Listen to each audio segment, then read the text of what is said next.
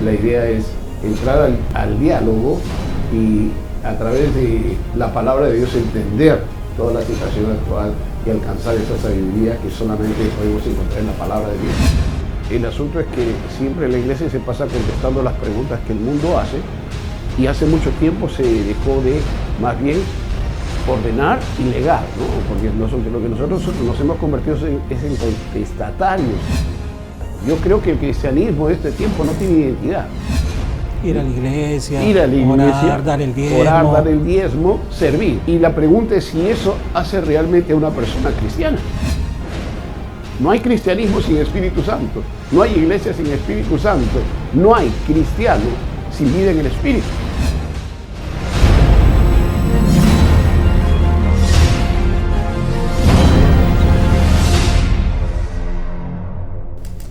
Bienvenidos a este su nuevo programa Diálogos.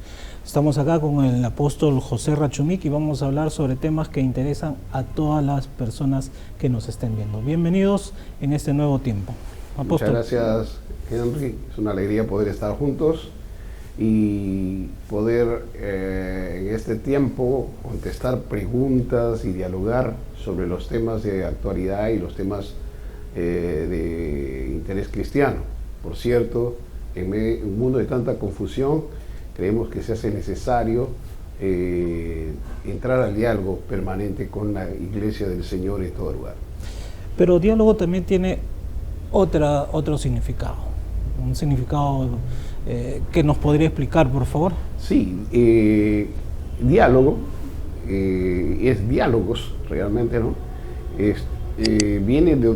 Hemos juntado dos palabras ahí, día y logos, que tiene que ver a través de la palabra realmente, ¿no? O sea, entendiendo la verdad, entendiendo y alcanzando sabiduría a través de la verdad. Día es una preposición griega que significa a través, a causa de, y logos, que es palabra de Dios, que es también el verbo, pero la idea es entrar al diálogo y a través de la palabra de Dios entender toda la situación actual y alcanzar esa sabiduría que solamente podemos encontrar en la palabra de Dios. La pregunta es, vivimos en un mundo muy convulsionado, con muchos cambios de ideología, cambios de tecnología, con muchas cosas que vienen sucediendo y que antes no pasaban. La pandemia, por ejemplo. ¿Cuánto los cristianos nos acercamos al logo? ¿Cuánto los cristianos nos acercamos a la palabra de Dios? ¿Cuánto nos acercamos a Dios mismo? Porque decimos que somos cristianos, pero el mundo como que nos ha cambiado y los cristianos ya no parecen cristianos. Sí, curiosamente hay toda una tendencia a través de los siglos, por cierto, también se ha dado esto, en que siempre por tratar de poner el evangelio al alcance de las personas, al alcance de la sociedad y del mundo, siempre se ha tenido la tendencia a quitarle sentido y contenido a la palabra. Y una de las cosas que incluyes en tu pregunta justamente tiene que ver con el asunto más interesante de todo esto, ¿no? Porque nosotros siempre estamos pensando que vamos a dar respuesta a través de la palabra a las preguntas que el mundo nos hace. El asunto es que siempre la iglesia se pasa contestando las preguntas que el mundo hace, y hace mucho tiempo se dejó de, más bien, ordenar y legar, ¿no? Porque lo que nosotros nos hemos convertido es en contestatarios de las preguntas que hace la gente y no de testatarios, ¿no? Y por cierto, en algunos sectores son hasta atestatarios, no tienen nada que compartir, nada que ayudar, a dar como herencia a la gente, en este caso la verdad. Ahora, juntamente con esto, tenemos el problema de ser contextuales con el Evangelio. Eso está muy bien. Sin embargo, yo lo que creo es que a través del tiempo, el mundo ha arrollado a la iglesia. Porque si nosotros pensamos en el mundo occidental, por ejemplo, el mundo occidental fue construido a partir de valores y principios cristianos. Ahora, en el primer mundo, hace más de unas tres décadas aproximadamente, ya no se habla de cristianismo, ya está en el postcristianismo. Y acá todavía estamos discutiendo si estamos en la modernidad, allá están en la postmodernidad, o sea, todas estas cosas pasaron ya para ellos Y entonces la iglesia, la Biblia, Dios ha dejado de ser importante. Entonces, estamos más bien en una situación como esa y con todo el influjo, si se quiere, de las ideologías modernas a partir de la caída del muro, por ejemplo, en Alemania, muro de Berlín, Occidente y Oriente se juntaron, ¿no? Esa era la idea, de quitar las barreras, y ahí se comienza a hablar más bien de la aldea global. Ya estamos lejos de esa idea, ahora realmente el mundo es una aldea global, de eso se hablaba un poco más de 3 décadas atrás. Los 70, más y floja, por los, ¿no? Sí, entonces lo que sucede es que se han ido juntando las ideas, las culturas, los valores, las tradiciones, y entonces en medio de una situación como esa, la iglesia tiene que caminar, pero no solamente caminar, sino siempre dar respuesta, pero yo creo que en lo que hemos perdido mucho es en no mantener los principios. O sea, yo creo que se ha perdido mucho de esto. Las sociedades del primer mundo, sobre todo las sociedades protestantes, han caído. Entonces, en todo caso, lo que nosotros tenemos en Sudamérica, en Centroamérica, sencillamente viene a ser el resto de todo esto. Es decir, nos alimentamos de las modas, nos alimentamos de las ideologías que se van imponiendo, y no hay nada, diríamos, personal, no hay nada constructivo de nuestro lado, ¿no? ¿Hemos perdido identidad? Hemos perdido identidad. Yo creo que el cristianismo de este tiempo no tiene identidad. Hace muchos años, y siempre la pregunta es pertinente, ¿no? ¿Qué significa ser cristiano? Preguntaban 5 o 6 décadas atrás, por los 70, los 80 de nuevo, se vuelve a preguntar a la gente qué significa ser cristiano. Ahora la pregunta es qué significa ser cristiano. Y yo creo, y en eso tengo una apreciación personal, que creo que nunca se llegó a contestar la pregunta correctamente. ¿Por qué? Porque simplemente se pensaba que ser cristiano tenía que responder a ciertos patrones que se impusieron como ideas, pero que eran muy superficiales, ¿no? Ir a la iglesia, orar, dar el diezmo. Orar, dar el diezmo, servir. Y la pregunta es si eso hace realmente a una persona cristiana. Ya. Porque hay mucha gente sirviendo a Dios en las iglesias y están en la carne. Hay gente que da su plata, pero no tiene ningún compromiso con Dios ni con el reino. Hay gente que levantó la mano alguna vez, hizo decisión por Cristo, pero el carácter, la vida de Cristo no la tiene. Cuando usted habla del carácter de Cristo y la vida de Cristo, eso no lo adquiero yo cuando en una campaña o alguien me habló, levanté la mano o hice la oración de fe, la oración para aceptar a Cristo. ¿Eso no me vuelve ya cristiano o ya no tengo la identidad de Cristo? Bien, muy buena la pregunta, porque primero te voy a decir algo que puede ilustrar el asunto. Imagínense que en un lugar X te invitan a un banquete, ¿no? Un personaje prominente te dice: mira, Henry, te voy a invitar, voy a hacer una cena de honor, quiero que tú vayas.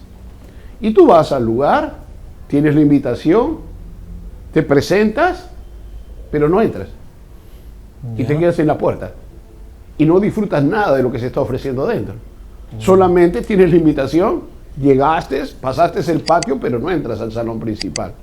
Yo creo que eso es lo que le sucede a muchos cristianos, o a muchos que se llaman cristianos. ¿Por qué? Porque van a la iglesia, de repente responden al llamamiento que se hace. Sin embargo, la pregunta es: ¿qué hace a una persona ser cristiana? ¿El levantar la mano, el ser religioso, el leer la Biblia, el orar, el servir? ¿O hay un elemento mayor que eso, que de repente desde ahí nosotros podamos construir identidad? Contésteme la pregunta. ¿Qué es ser cristiano? Bueno, ser cristiano de manera elemental tiene 2 fundamentos. La primera tiene que ver con la vida que Cristo da a través de su Espíritu. No hay cristianismo sin Espíritu Santo. No hay iglesia sin Espíritu Santo. No hay cristiano sin vida en el Espíritu.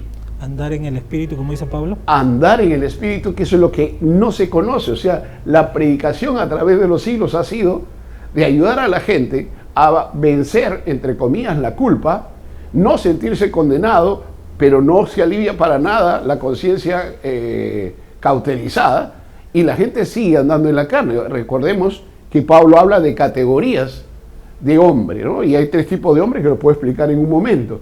Pero la segunda cosa es, sin vida en el Espíritu realmente, si la primera es tener la vida de Cristo, sin vida en el Espíritu no se tiene el carácter divino. Y un cristiano es aquel que ha sido comprado, ha sido hecho nueva criatura y ahora tiene la vida de Cristo, la vida de Dios incorporada en él. La simiente. La simiente, y eso lo podemos explicar largamente, ¿no? Claro. Tener la vida de Cristo, siguiendo la lógica de Pablo, genera frutos. Porque en principio, lo que usted decía, andar en el Espíritu, muchas veces pensamos, y ha habido un debate por mucho tiempo que decía, tienes que recibir el Espíritu Santo, te entregas y tienes que recibir. Otros decían, no, ya lo recibes al inicio. Entonces, como ya estoy con el Espíritu dentro mío, entonces, ¿no es eso ya caminar con el Espíritu? Bien, mira, primero pensemos muy rápidamente, ¿no? Para no gastar el tiempo en esa parte. Es que, por ejemplo, Pablo habla de 3 tipos de seres humanos, ¿no? El hombre natural, el hombre carnal y el hombre espiritual. La pregunta ¿cuál es la diferencia entre hombre natural y carnal? Es que, sí, la persona viene a Cristo como natural, acepta a Cristo, viene el Espíritu Santo a morar en él, Dios lo hace su hijo, pero para ser espiritual hay otro paso. Ya. ¿Y cuál es el paso? Vivir lleno del Espíritu Santo, es lo que establece la Escritura. Pero la mayor parte de la gente se mantiene más bien en la vida carnal, manteniendo sus pecados, algunos pecados pasados, pecados ocultos, mantiene una forma de vida que no es conforme a la vida nueva que Dios le ha dado y la nueva criatura no aparece. El gran desconocido en la iglesia es el hombre nuevo. Entonces, ¿qué es lo que se ha hecho a través de los siglos? A no entender el tema, es hablarle a la gente, aliviarle el peso de culpa, es decirle que no está condenado, pero de la otra parte ya ahí hay una nebulosa, ¿no? Entonces ahí comienzan las teorías, ahí comienzan las teologías y entonces se piensa que ese es un asunto para el cielo. Lo serio es esto: ¿de qué me sirve a mí una fe religiosa si no me va a transformar la vida aquí? ¿O es que Cristo estaba pensando en cuando estés en el cielo vas a ser diferente? Entonces, ¿cómo es que somos nuevas criaturas? ¿Para qué nos dio el Espíritu? Y ahí sigue algunas cosas, como tú mencionaste, la simiente, entre otras cosas. De eso podemos hablar en un momento.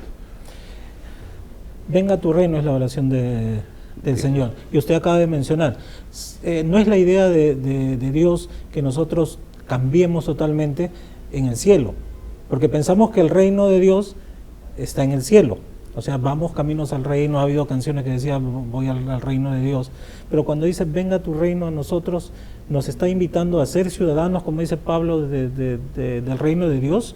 Eso significa caminar, y es donde llegamos al punto de que muchos realmente no son cristianos, porque cuando empezaron a llamarlos cristianos los llamaron por la evidencia de su vida, y no porque digamos se proclamaban, no, yo soy cristiano, sino por la evidencia de su vida. Hay evidencia de vida, y acá lo voy a comprometer, hay evidencia de vida dentro aún de los diáconos, de los sugieres, para ir más adelante, de los maestros, ministros, de los pastores. Se ven tantos escándalos. Sí, mira, tu pregunta es bastante buena, grandiosa y generosa inclusive, porque nos pone en una situación muy interesante. Cuando Jesús viene, Él viene a traer el reino. Él es el rey, Él es el reino, en Él se encarna la verdad, Él encarna la verdad y Él es el rey. Ahora, cuando Él dice, por ejemplo, que hay que buscar el reino de Dios y su justicia, después hablamos de la justicia del reino, está hablando primeramente de estar bajo el reino de Dios. Y el concepto reino de Dios es un concepto amplio. Estamos editando ahí un libro sobre conceptos solamente del reino de Dios con unas 80 definiciones, ¿no? Y entonces, pero las definiciones más básicas están relacionadas a que el Señor, Dios, el Padre, es soberano sobre toda la creación. Y es un Dios bueno, es un Dios celoso, un Dios que no quiere compartir la vida de sus criaturas con nadie. La segunda cosa está relacionada a que Cristo debe ser el Señor de aquellos que les confiesan. No es que yo levanto la mano y luego lo tengo por chico demandado, o sea, oro para que me ayude, para que me provea, para que me bendiga, pero no obedezco. Un Dios accesorio. Un Dios accesorio o un ídolo, porque en eso ha convertido el cristianismo a Jesús y al Padre. Interesante eso de que hemos convertido a Dios a un ídolo. Sí. Lo que decía Luis Alfredo en su canción, Baja Dios de las nubes, ¿no? Ahora, ídolo es todo aquello que te pone de rodillas, te hace temblar, pero tú no lo obedeces. Entonces, igual, ¿no? O sea, ya en la palabra se habla de que algunos tienen la fe de los demonios, creen, tiemblan, pero no obedecen. Ya. Entonces, eso por un lado. Entonces, siguiendo con la situación del reino, y la tercera cosa es que el proyecto de reino, cuando Jesús habla de reino, está hablando de un proyecto de nueva humanidad. Y la nueva humanidad es lo que Dios le promete a Abraham. Eso abre todo un abanico de temas en relación a qué es realmente lo que el Señor fue el proyecto del Padre. El proyecto del Padre, una vez que cae Adán, usted ve que hay un justo Abel, que lo mata a Caín, aparece un justo que es Enoc, del cual se sabe muy poco, viene antes del diluvio, aparece Noé, Dios trae un diluvio, enjuicia a toda la humanidad, es decir, proyectos de nueva humanidad han habido, hasta que aparece Abraham, y con Abraham entonces comienza el proyecto de nueva humanidad.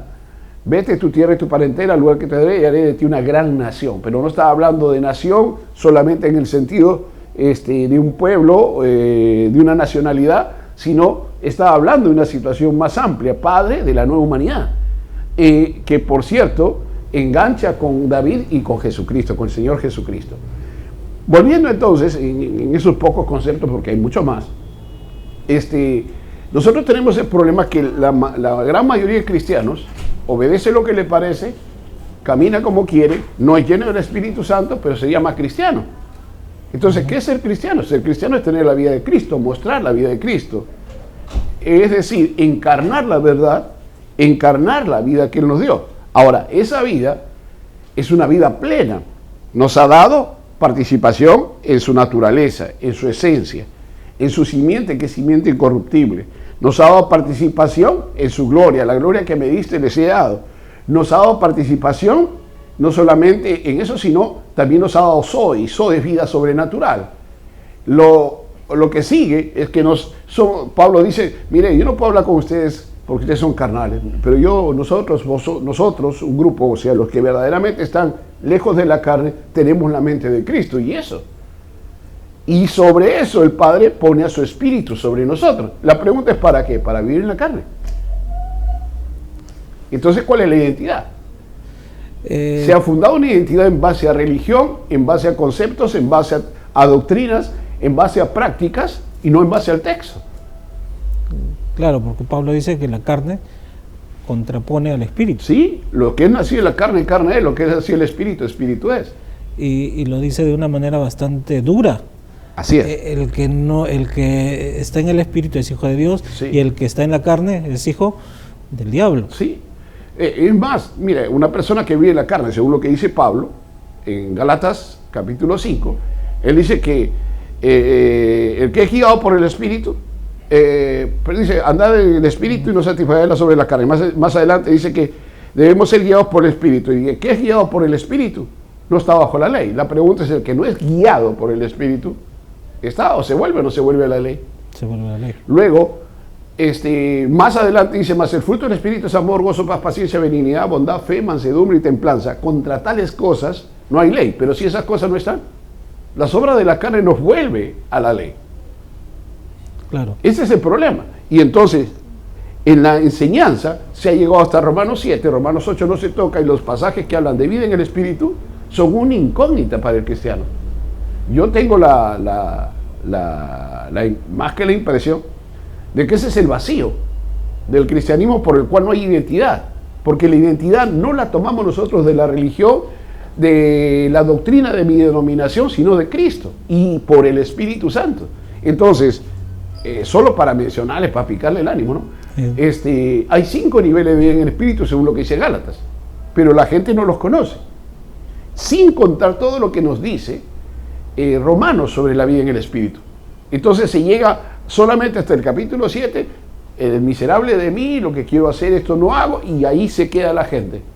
Igual, cuando uno habla de santidad, habla de purificación, habla de vida nueva, la gente dice, te crees puro, que tire la primera piedra, y usan mal el texto, que tire la primera piedra que esté libre de pecado, pero eso está bajo la ley, que estaban condenando los que estaban bajo la ley a alguien que estaba bajo la ley, cuando Jesús traía lo nuevo. Entonces, yo no puedo tomar ese texto para justificar el mal. Sin embargo, en los púlpitos se escucha eso. No juzgar. No juzgar, pero el problema de no juzgar es sencillamente no decirle a la gente dónde está su pecado. La predicación está ausente, en la predicación cristiana está ausente el arrepentimiento, la santidad, los temas más importantes del Nuevo Testamento están ausentes, hasta de la segunda venida. ¿Por marketing? Por una cuestión de no perder espacio y no perder personas. Yo lamento, tengo que decir las cosas como son, me he pasado la vida, más de 35 años enseñando teología en seminarios, universidades, y siempre he dicho a la gente, ¿no? O sea, el problema es que por no perder una persona, es decir, cantidad de personas, no perder la economía en la iglesia, le soportamos a la gente cualquier cosa. Y la iglesia, en vez de mostrar la vida de Cristo, cada vez está más chata, ¿no? Yo recuerdo cuando antes, 40 y tantos años atrás, tú te identificabas como cristiano, sí, te aborrecían, predicabas en la calle, te tiraban tomatazos, pero cuando necesitaban te decía hermano, y nosotros en ese tiempo comenzamos a decir a los que se convertían, tú eres un varón, tú no eres una persona mala, a la luz de la Biblia tú no eres un macho, tú eres un varón, tú no eres un homosexual, tú eres una persona que ha sido creada a la imagen y semejanza de Dios, y la palabra varón se impone. Ahora la palabra de varón la usa cualquiera. Sí. Dios te bendiga, la usa cualquiera. Y entonces a veces pensamos que porque la gente ya lo dice, ya es. A veces pensamos que porque la gente está en la iglesia, ya es. Y yo diría que muchos de los que están no son, y muchos de los que todavía faltan venir, algunos que son. Es como el peruano que habla como argentino, pero no es argentino. No es argentino. Entonces, todo es moda, ¿no? Tú hablas de diferentes temas, gloria, unción, y la gente corre, porque es un asunto de marketing, es un asunto de estar en la moda y de estar en la onda, ¿no? Pero cuando uno ve lo que significa la vida en el Espíritu, eso es lo que hace diferente a la persona. Si el Espíritu Santo no puede vivir su vida en mí, yo estoy en problemas. Porque dice la Biblia que aunque yo recibo el Espíritu cuando me convierto, si yo no lo dejo actuar, lo entristezco. Si yo no lo dejo actuar, sigo mi maldad, lo contristo. Y si no lo dejo actuar, lo apago. Puedo resistirlo, puedo mentirle y puedo blasfemar contra él. Y vida en el Espíritu, la gente vive como quiere. O sea, no vive en esos niveles de vida en el Espíritu. Y no es una cuestión ni siquiera para decir, yo dejo de pecar, yo dejo de hacer esto, sino el Espíritu está en nosotros para llevarnos a ese tipo de vida, a ese tipo de existencia, a esa sobrenaturalidad. Una llamada de atención. Hay mucha gente bien intencionada que viene con mucha necesidad a la iglesia y busca en la iglesia un refugio espiritual. Pero al final no llega a tener la plenitud del Espíritu, no llega a tener la experiencia personal. ¿Culpa de quién? Yo creo que es culpa corporativa. Primero porque no se ha corregido la enseñanza ni siquiera en seminarios ni universidades cristianas. No se ha luchado por tener universidades, por tener seminarios, escuelas superiores, pero se sigue enseñando el vacío de la o sea, un cristianismo sin vida en el Espíritu. Luego de eso va al púlpito, a través de los expositores, los ministros, sea o no sean preparados. Luego, eso de ahí se retransmite a la iglesia, pero todo va bajando, ¿no? Porque se le va bajando las demandas. Y entonces cuando llega el creyente, si el pastor mismo no lo corrige, no le enseña, no lo disciplina, en las cosas espirituales, no estoy hablando de disciplina de ponerle 5 años de parálisis, sino en las cosas espirituales, le enseña a adorar, lo enseña a vivir para Dios y le transmite vida, porque el discipulado no es pasar la hojita, llena tu hojita y ven a tu clase, no, el discipulado es transmitir vida, ¿no es cierto? Y entonces tenemos el problema que esos creyentes van a ir a seguir bajando la demanda, ¿no? Y luego, en vez de tenemos cantidad de creyentes. La pregunta es, ¿cuántos discípulos hay? Buena pregunta. Y entonces, ser cristiano termina en esto, ser discípulo de Cristo a cualquier precio. Discípulo es disciplina, ¿verdad? Bueno, el discípulo es el aprendiz, pero el Señor le dijo a los discípulos, si querían ser discípulos suyos, niéguese a sí mismo, tome la cruz y recién lo seguía. Pero, ¿quién se niega a sí mismo? ¿Quién está dispuesto a crucificar su ego? Luego, ¿quién está dispuesto a morir realmente al viejo hombre, a la carne, al mundo, al diablo? Y luego, ¿quién está dispuesto a seguir a Jesús a cualquier precio? Y entonces ahí la cosa sí se complica, ¿no? Porque ya si uno va viendo cómo se arma, así estamos hablando ligeramente de esto, ¿no? Perdonen que no es propaganda, pero nosotros hemos trabajado este tema por muchos años. Estoy trabajando con la iglesia casi 18 años, el tema del hombre nuevo, la participación en la esencia, naturaleza divina, y hemos grabado, por ejemplo, más, algo así como 150 horas de vida en el Espíritu. Entonces, cuando te hablo, estoy hablándote del iceberg, ¿no? Uh-huh. de la punta del iceberg. Pero sí, yo sé que puede provocar esto, discusiones, malos humores, críticas, maldiciones, pero la verdad es la verdad, ¿no? O sea, hay que fundarnos en el texto. Hay muchas cosas que hablar. Creo que esto ha sido el chupetín, el caramelito para adentrar a la gente.